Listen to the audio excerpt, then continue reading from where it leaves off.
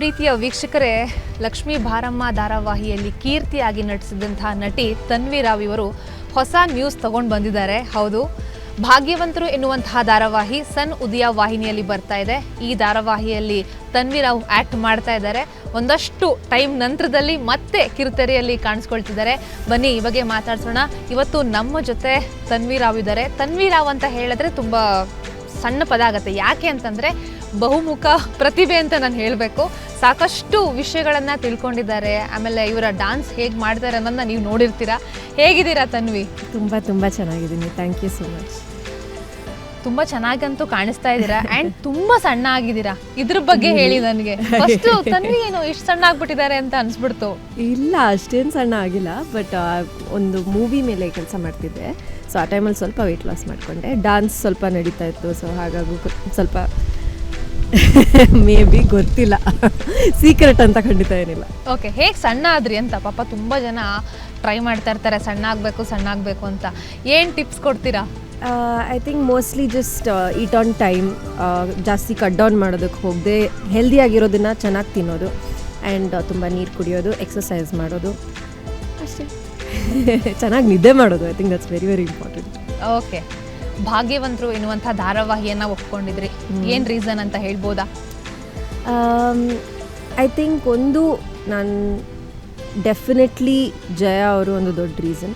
ಜಯ ನಮ್ಮ ರೈಟರ್ ಆಗಿದ್ರು ಲಕ್ಷ್ಮೀ ಭಾರಮದಲ್ಲಿ. ಸೊ ಅವ್ರ ಪರಿಚಯ ಅಲ್ಲಿಂದ ಶುರುವಾಗಿ ಇಲ್ಲಿ ತನಕ ಆ ರಿಲೇಷನ್ಶಿಪ್ ತುಂಬ ಚೆನ್ನಾಗಿ ತುಂಬ ಆತ್ಮೀಯತೆಯಿಂದ ಬೆಳೆದಿದೆ. ಸೊ ಅವ್ರ ಮೇಲೆ ತುಂಬ ಟ್ರಸ್ಟ್ ಇದೆ ನನಗೆ. ಸೊ ಅವ್ರು ನನಗೆ ಕಥೆ ನರೇಟ್ ಮಾಡಿದಾಗಲೂ ನಾನು ಇದರಲ್ಲಿ ಈ ಪಾತ್ರದಲ್ಲಿ ನಿನ್ನನ್ನು ನೋಡ್ತಾ ಇದ್ದೀನಿ, ನಿನಗೇನು ಅನಿಸುತ್ತೆ ಅಂತ ನನಗೆ ನರೇಟ್ ಮಾಡಿದ್ರು. ಅದರಲ್ಲಿ ಐ ಥಿಂಕ್ ಅಪ್ಪ ಮಗಳ ಸಂಬಂಧ ಅವ್ರು ಹೇಗೆ ಬಿಲ್ಡ್ ಮಾಡಿದ್ದಾರೆ.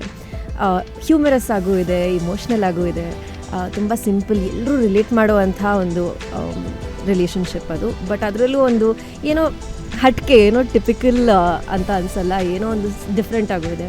It's a very interesting relationship. And ಅದರಲ್ಲಿ ನಾನು ನನ್ನ ಅಪ್ಪನ ಕಂಡುಕೊಂಡೆ. ಎಲ್ಲದರಲ್ಲೂ ನನ್ನ ಮಗಳು ಬೆಸ್ಟ್ ಆಗಿರಬೇಕು ಅಂತ ನಮ್ಮ ಅಪ್ಪ ಹೇಗೆ ನಮ್ಮ ಬಗ್ಗೆ ಆಸೆ ಪಡ್ತಾರೆ, ಅದರಲ್ಲಿ ನಿಜವಾಗ್ಲೂ. ಆ್ಯಂಡ್ ತುಂಬ ಇಮೋಷ್ನಲ್ ಆಗಿ ತಮ್ಮ ಜೀವನ ಇಡೀ ಮಗಳಿಗೋಸ್ಕರ ಅವರು ಸ್ಯಾಕ್ರಿಫೈಸ್ ಮಾಡಿಬಿಡ್ತಾರೆ. ಇದೆಲ್ಲ ನಾನು ನೋಡಿದ್ದೀನಿ ನನ್ನ ಅಪ್ಪನಲ್ಲಿ. ಸೊ ಐ ಥಿಂಕ್ ಇನ್ಸ್ಟೆಂಟ್ಲಿ ಆ ಒಂದು ಕನೆಕ್ಷನ್ ನನಗೆ ಈ ಪಾತ್ರದ ಜೊತೆ ಸಿಕ್ತು. ಆ್ಯಂಡ್ ತುಂಬ ಇನ್ನಸೆಂಟ್ ಆಗಿರೋ ಪಾತ್ರ. ತುಂಬ she is literally not seen the world, protective ಎನ್ವೈರ್ಮೆಂಟಿಂದ ಬಂದಿರೋ ಪಾತ್ರ. ಸೊ ಆ ಪಾತ್ರ ಒಂದು ಬೇರೆ ಥರದ ಎನ್ವೈರ್ಮೆಂಟಿಗೆ ಹೋದಾಗ ಯಾವ ಥರ ಅವಳು ಅದರಿಂದ ಕಲಿತು ಹೊಸದಾಗಿ ತನ್ನನ್ನು ತಾನು ಏನು ಮಾಡ್ತಾಳೆ, ಶೇಪ್ ಮಾಡ್ಕೊಳ್ತಾಳೆ, ಅಥವಾ ಒಂದು ಹೇಗೆ ಬಿಲ್ಡ್ ಮಾಡ್ಕೊಳ್ತಾಳೆ ಅವಳ ಪರ್ಸ್ನಾಲಿಟಿನ ಅನ್ನೋದು I think I found it very interesting. And ನಾನು ಲಾಸ್ಟ್ ಮಾಡಿರೋ ಪಾತ್ರಕ್ಕಿಂತ ಡೆಫಿನೆಟ್ಲಿ ತುಂಬ ಡಿಫ್ರೆಂಟ್ ಆಗಿದೆ. ಸೊ ಟ್ರೈ ಮಾಡೋಣ, ಚೆನ್ನಾಗಿದೆ ಅಂತ ಅನ್ನಿಸ್ತು. ಈ ಹಿಂದಿನ ಪಾತ್ರದಲ್ಲಿ ಪ್ರೀತಿಗೋಸ್ಕರ ಏನು ಬೇಕಾದರೂ ಮಾಡುವಂತಹ ಪಾತ್ರ, ಈಗ ಅಪ್ಪನ ಕನಸುಗಳನ್ನು ನನಸು ಮಾಡುವಂತಹ ಪಾತ್ರ. ಅಂದರೆ ಈ ಶೇಡ್ ಚೇಂಜ್ ಆಗ್ತಾ ಹೋಗುತ್ತೆ ನೀವು ಪಾತ್ರಗಳನ್ನು ಆರಿಸ್ಕೊಂಡಾಗ. ಹೇಗನ್ಸುತ್ತೆ ಈ ಚೇಂಜ್ ಓವರ್? ಐ ಥಿಂಕ್ ಅದಕ್ಕೋಸ್ಕರನೇ ನಾವು ಆ್ಯಕ್ಟರ್ಸ್ ಈ ಫೀಲ್ಡಲ್ಲಿ ಇದ್ದೀವಿ. ಎಸ್ಪೆಷಲಿ ನಾವು ಪ್ಯಾಷನೇಟಾಗಿ ಈ ಫೀಲ್ಡನ್ನ ತೊಗೊಂಡಾಗ ಬೇರೆ ಬೇರೆ ಥರದ ಪಾತ್ರಗಳು ಮಾಡಬೇಕು ಅಂತ ನಮಗೆ ತುಂಬ ಆಸೆ ಇರುತ್ತೆ. ಒಂದೇ ಥರದ ಪಾತ್ರಗಳು ಬಂದಾಗ ಒಂದು ಮೊನಾಟನಸ್ ಎನ್ವೈರ್ಮೆಂಟ್ ನಮಗೆ ಕ್ರಿಯೇಟ್ ಆಗುತ್ತೆ, ಹೊಸದಾಗಿ ನಾವೇನೂ ಕಲಿಯಲ್ಲ. ಸೊ ಡೆಫಿನೆಟ್ಲಿ ಕೀರ್ತಿ ಆದಮೇಲೆ ನಾನು ಅದೇ ಥರದ ಪಾತ್ರಗಳು ಬಂದಾಗ ನನಗೆ ತೊಗೊಳೋದಕ್ಕೆ ಒಂದು ಹಿಂಜರಿಕೆ ಇತ್ತು, ಬೇರೆ ಥರ ಏನಾದರೂ ಮಾಡಬೇಕು ಅಂತಿತ್ತು. And I think this particular character was the best ನನಗೆ ಸಿಕ್ಕಿರೋದ್ರಲ್ಲಿ. ಇದು ಎಕ್ಸ್ಟ್ರೀಮ್ಲಿ ಆಪೋಸಿಟ್ ಸ್ಪೆಕ್ಟ್ರಮಲ್ಲಿದೆ. ತುಂಬ ಸಾಫ್ಟ್, ತುಂಬ ಇನ್ನಸೆಂಟ್, ಲಿಟ್ರಲಿ ಒಂದು ವಾಯ್ಸ್ ಮೇಲೆ ರೇಸ್ ಮಾಡೋದು ಇಲ್ಲ. ಕೀರ್ತಿ ಪಾತ್ರದಲ್ಲಿ ಲಿಟ್ರಲಿ ಎವ್ರಿ ಸೀನಲ್ಲೂ ನಾನು ಕಿರ್ಚಾಡ್ತಾ ಇದ್ದೆ. ಸೊ ದರ್ಸ್ ಅ ಹ್ಯೂಜ್ ಡಿಫ್ರೆನ್ಸ್ ಅವಳು ಯೋಚನೆ ಮಾಡೋ ರೀತಿಯಲ್ಲಿ, ಮಾತಾಡೋ ರೀತಿಯಲ್ಲಿ, ಬಿಹೇವ್ ಮಾಡೋ ರೀತಿಯಲ್ಲಿ. ಸೊ ಅದನ್ನು ಎಂಬಾಡಿ ಮಾಡೋದು ಒಂದು ಖುಷಿ ಅನಿಸ್ತಿದೆ ನನಗೆ ಸದ್ಯಕ್ಕೆ. So I am looking forward to this journey. ಭಾಗ್ಯವಂತರು ಧಾರಾವಾಹಿಯಲ್ಲಿ ಸುಚೇಂದ್ರ ಪ್ರಸಾದ್ ಅವರು ಕೂಡ ಆ್ಯಕ್ಟ್ ಮಾಡ್ತಿದ್ದಾರೆ. ಅವರ ಕನ್ನಡ ಕೇಳೋದೇ ಚಂದ, ಅಷ್ಟು ನೀಟಾಗಿ ಕನ್ನಡವನ್ನು ಮಾತಾಡ್ತಾರೆ. ಅವ್ರ ಜೊತೆ ಸ್ಕ್ರೀನ್ ಶೇರ್ ಮಾಡಿರುವಂಥದ್ರ ಬಗ್ಗೆ ಹೇಳ್ಬೋದಾ? ತುಂಬ ಎಕ್ಸ್ಪೀರಿಯನ್ಸ್ಡ್ ವೆಟರನ್ ಆ್ಯಕ್ಟರ್ ಆಗಿರೋದ್ರಿಂದ ಐ ಥಿಂಕ್ ಎವ್ರಿ ಸೀನಲ್ಲೂ ನಮಗೆ ಅವ್ರು ಹೊಸದಾಗಿ ಏನೋ ಒಂದು ಕಲಿಸ್ಕೊಡ್ತಾರೆ. ಅವ್ರ ಜೊತೆ ಆ್ಯಕ್ಟ್ ಮಾಡೋದು, ಅವ್ರು ಮಾಡೋ ಆ್ಯಕ್ಟಿಂಗಿಗೆ ನಾವು ರಿಯಾಕ್ಟ್ ಮಾಡೋದು, to be present in that moment. Because ಅವ್ರು ಇಂಟೆನ್ಸ್, ಐ ಮೀನ್ ಇನ್ಸ್ಟೆಂಟ್ಲಿ ಹೊಸದಾಗಿ ಏನೋ ಒಂದು ಮಾಡಿಬಿಡ್ತಾರೆ, ಅಲ್ಲಿ ಸ್ಕ್ರಿಪ್ಟಲ್ಲಿ ಬರದೇ ಇರಲ್ಲ. So we have to constantly be on our toes. ಅವ್ರು ಏನೇ ಮಾಡಿದ್ರು ಅದಕ್ಕೆ ರಿಯಾಕ್ಟ್ ಮಾಡೋದಕ್ಕೆ ನಾವು ರೆಡಿಯಾಗಿರಬೇಕು. I think that's a very fun experience ಅವ್ರ ಜೊತೆ ಕೆಲಸ ಮಾಡ್ತಿರೋದು. ಆಗಾಗ ನಮ್ಗೆ ಈ ರೀತಿ ಮಾಡು, ಆ ರೀತಿ ಮಾಡಿದ್ರೆ ಹೇಗಿರುತ್ತೆ ನೋಡು ಅಂತ ನಮಗೂ ಒಂದಷ್ಟು ಐಡಿಯಾಸ್ ಕೊಡ್ತಿರ್ತಾರೆ. ಆ್ಯಂಡ್ ಅವ್ರನ್ನ ನೋಡೋದೇ ಒಂದು ಚಂದ. ಲಿಟ್ರಲಿ ಸಮ್ಟೈಮ್ಸ್ ನಾನು ಹತ್ತಿದ್ದೀನಿ ಅವ್ರು ಆ್ಯಕ್ಟ್ ಮಾಡೋದನ್ನು ನೋಡಿ. ಕೆಲವು ಸೀನ್ಸಲ್ಲಿ ತುಂಬ ಎಮೋಷ್ನಲ್ ಆಗಿದ್ದೀನಿ. So it's been a huge learning curve ಅವ್ರ ಜೊತೆ. ಈಗ ಅಪ್ಪನ ಕನಸುಗಳನ್ನು ನನಸು ಮಾಡೋದು ಒಂದು ಕಡೆ ಆದರೆ, ಇನ್ನೊಂದು ಕಡೆ ಎಲ್ಲೋ ಒಂದು ಕಡೆ ಅಪ್ಪ ನೀನು ಹೀಗೆ ಇರಬೇಕು ಹಾಗೆ ಇರಬೇಕು ಅಂತ ಹೇಳಿ ಹೇರಿಕೆ ಅಂತ ಅನಿಸುತ್ತಾ ಅಂತ. ಈಗ ಸಾಕಷ್ಟು ಜನ ಹೊರಗಡೆ ಮಕ್ಕಳು ಹೇಳ್ತಾರೆ, ಈಗ ಅಪ್ಪ ಹಾಗಿರಬೇಕು ಹೀಗಿರಬೇಕು ಅಂತ ಹೇಳ್ತಾರೆ, ಬಟ್ ನನ್ನ ಆಸೆ ಆಕಾಂಕ್ಷೆಗಳನ್ನು, ನನ್ನ ಕನಸುಗಳನ್ನು ನನ್ನ ತಂದೆ ಕೇಳಲ್ಲ, ಒಂದು ಬಾರ್ಡರ್ ಹಾಕಿಬಿಟ್ಬಿಡ್ತಾರೆ ಅಂತ ಹೇಳ್ತಾರೆ. ಐ ಥಿಂಕ್ ಒಂದು ಫೈನ್ ಲೈನ್ ಇದೆ. ಒಂದು ಪ್ರೀತಿನ ಎಕ್ಸ್ಪ್ರೆಸ್ ಮಾಡೋ ರೀತಿಯಲ್ಲಿ, ಅಟ್ ದ ಸೇಮ್ ಟೈಮ್ ಅದನ್ನು ತುಂಬ ಓವರಾಗಿ ಎಕ್ಸ್ಪ್ರೆಸ್ ಮಾಡೋ ರೀತಿಯಲ್ಲಿ, ಅಥವಾ ಒಂದು ಪರ್ಸ್ನಾಲಿಟಿನ ಬಿಲ್ಡ್ ಮಾಡೋದ್ರಲ್ಲಿ ಅಥವಾ ಆ ಪರ್ಸನ್ನ ಕಟ್ ಹಾಕೋದ್ರಲ್ಲಿ ಒಂದು ಫೈನ್ ಲೈನ್ ಇದೆ. ಈ ಕಥೆಯಲ್ಲಿ ಹೋಗ್ತಾ ಹೋಗ್ತಾ ಅದನ್ನೇ ಎಕ್ಸ್ಪ್ಲೋರ್ ಮಾಡ್ತೀವಿ ಅಂತ ನನಗನ್ಸುತ್ತೆ. ನನಗೆ ಗೊತ್ತಿರೋ ಪ್ರಕಾರ ಯಾವುದು ಅಥವಾ ಎಷ್ಟು ಪ್ರೀತಿ ಹೆಲ್ದಿ, ಯಾವುದು ಒಂದು ಇಂಡಿವಿಜುವಾಲಿಟಿನ ಬೆಳೆಯೋದಕ್ಕೆ ಯಾವುದು ಹೆಲ್ಪ್ ಮಾಡುತ್ತೆ, ಯಾವುದು ಅದನ್ನು ತಡೆಯುತ್ತೆ ಅನ್ನೋದನ್ನು ಇದರಲ್ಲಿ ಎಕ್ಸ್ಪ್ಲೋರ್ ಮಾಡ್ತಿದ್ದೀವಿ ಅಂತ ನನಗನ್ಸುತ್ತೆ. ಸೊ ಹೋಗ್ತಾ ಹೋಗ್ತಾ may be we will answer this question. ಈ ಧಾರಾವಾಹಿಯ ಪ್ರೋಮೋ ನೋಡಿದಾಗ ಒಂದು ಲವ್ ಸ್ಟೋರಿ ಇದೆ ಅಂತ ಕೂಡ ಅನಿಸುತ್ತೆ. ಯೂಶ್ವಲಿ ಈಗ ಸಿನಿಮಾ ಧಾರಾವಾಹಿಗಳಲ್ಲೇ ಬಂದಿರುವಂಥ ಡೈಲಾಗನ್ನೇ ನಾನು ಹೇಳೋದು, ಈಗ ಅಪ್ಪ ಎಲ್ಲಿ ಸ್ಟ್ರಿಕ್ಟ್ ಮಾಡಿರ್ತಾರೋ ಅದೇ ಮನೆಯ ಹುಡುಗಿರು ಲವ್ ಮಾಡ್ತಾರೆ ಅಂತ.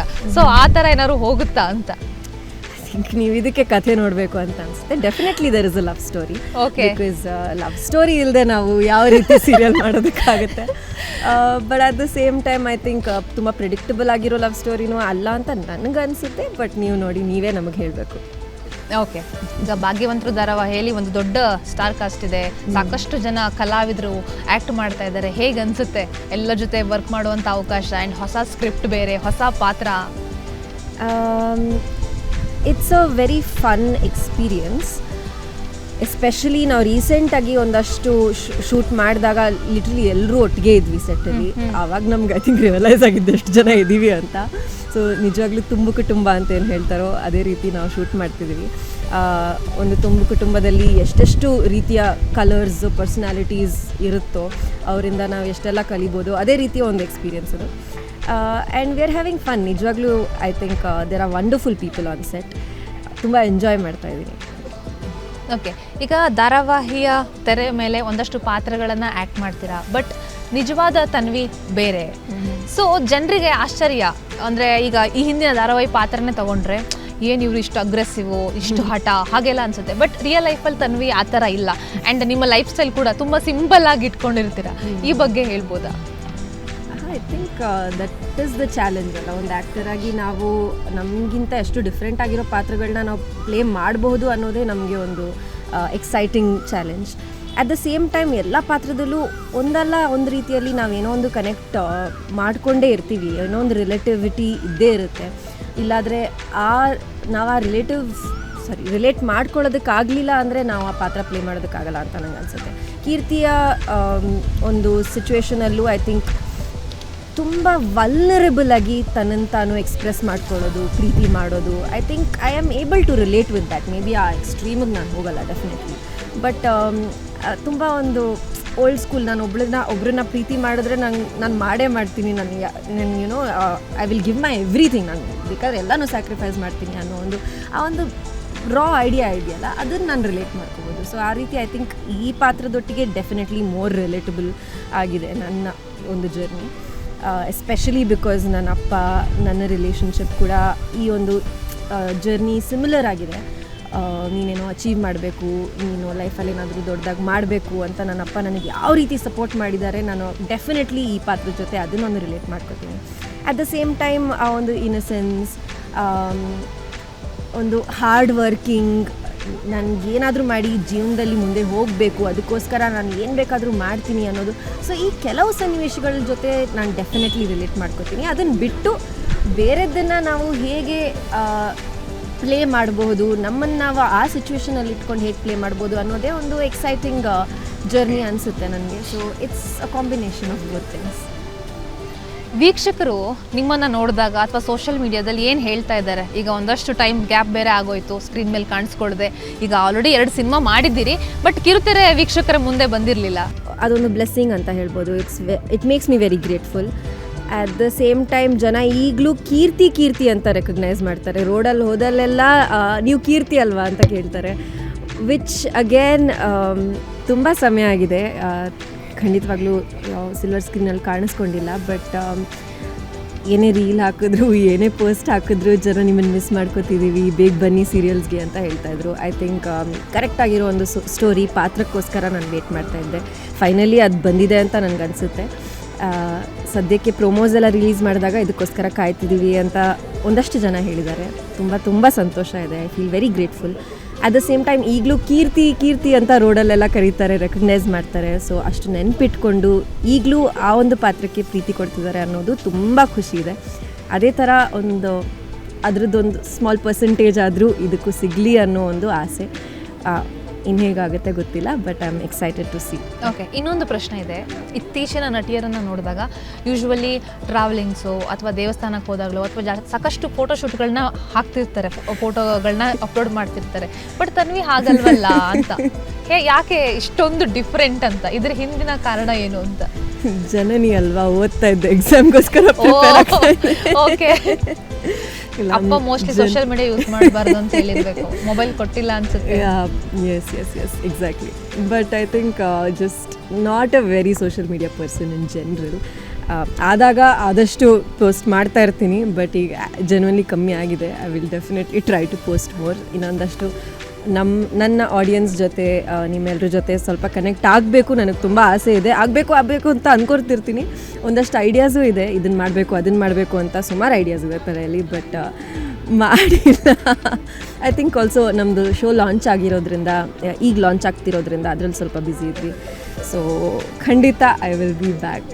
ಓಕೆ, ಕೊನೆಯದಾಗಿ ವೀಕ್ಷಕರಿಗೆ ಏನು ಹೇಳ್ತೀರಿ? I am just very thankful. ಇಲ್ಲಿ ತನಕ ನನಗೆ ತುಂಬ ಪ್ರೀತಿ ಸಿಕ್ಕಿದೆ ವೀಕ್ಷಕರಿಂದ. ಎಕ್ಸ್ಪೆಕ್ಟ್ ಮಾಡದೇ ಇರೋ ಅಷ್ಟು ಸಿಕ್ಕಿದೆ.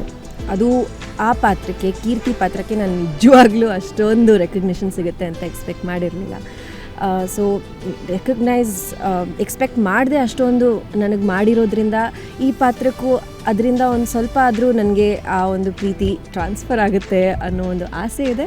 ಅಟ್ ದ ಸೇಮ್ ಟೈಮ್ ನಮ್ಮ ಕಥೆ ಇಷ್ಟ ಆಗುತ್ತೆ ಅನ್ನೋ ಒಂದು ಎಕ್ಸ್ಪೆಕ್ಟೇಷನ್ ಇದೆ. Because definitely as a team, channel ಅವರಾಗಿರ್ಬೋದು, ಪ್ರೊಡಕ್ಷನ್ ಆಗಿರ್ಬೋದು, ಡೈರೆಕ್ಷನ್ ಆಗಿರ್ಬೋದು, ನಾವು ಆ್ಯಕ್ಟರ್ಸ್ ಆಗಿರ್ಬೋದು, we have done our very best. ಇನ್ನು ರಿಸಲ್ಟ್ ನಮ್ಮ ಕೈಯಲ್ಲಿಲ್ಲ, ಡೆಫಿನೆಟ್ಲಿ ನಿಮ್ಮ ಕೈಯಲ್ಲಿದೆ. ಸೊ ನಿಮ್ಗೆ ಇಷ್ಟ ಆದರೆ ತಿಳಿಸಿ, ಇಷ್ಟ ಆಗದೇ ಇದ್ರೂ ತಿಳಿಸಿ, will work on it. But ಈಗ ನಿಮ್ಮ ಕೈಯಲ್ಲಿ ನಮ್ಮ ಒಂದು ಪ್ರಾಡಕ್ಟ್ನ ಕೊಡ್ತಾ ಇದ್ದೀವಿ. ನಿಮ್ಗೆ ಹೇಗೆ ಅನ್ನಿಸ್ತೆ ಅಂತ ನಮ್ಗೆ ತಿಳಿಸಿ ಅಷ್ಟೇ. All the very best. ಭಾಗ್ಯವಂತರು ಧಾರಾವಾಹಿಯನ್ನು ನೋಡೋದಕ್ಕೆ ನಾವಂತೂ ತುಂಬ ಕಾತುರದಿಂದ ಕಾಯ್ತಾ ಇದ್ದೀವಿ. ತನ್ವಿ ಅವರು ಯಾವ ರೀತಿ ಪಾತ್ರ ಮಾಡ್ತಾರೆ, ಅವರ ಪಾತ್ರ ಹೇಗಿರುತ್ತೆ ಅನ್ನೋಂಥ ಕ್ಯೂರಿಯಾಸಿಟಿ ನಿಜವಾಗ್ಲೂ ಇದೆ. All the very best. ನಿಮ್ಮ ಟೀಮ್ಗೂ ಒಳ್ಳೆಯದಾಗಲಿ. Thank you. ಈ ಒಂದು ಪಾತ್ರಕ್ಕೆ, ಈ ಒಂದು ಕಥೆಗೆ ಒಂದು ಪ್ಲ್ಯಾಟ್ಫಾರ್ಮ್ ಕೊಟ್ಟು ನಮ್ಮನ್ನು ಪ್ರಮೋಟ್ ಮಾಡ್ತಿರೋದಕ್ಕೆ ಏಷ್ಯಾನೆಟ್ ಸುವರ್ಣ ನ್ಯೂಸ್ಗೆ ತುಂಬ ಧನ್ಯವಾದ.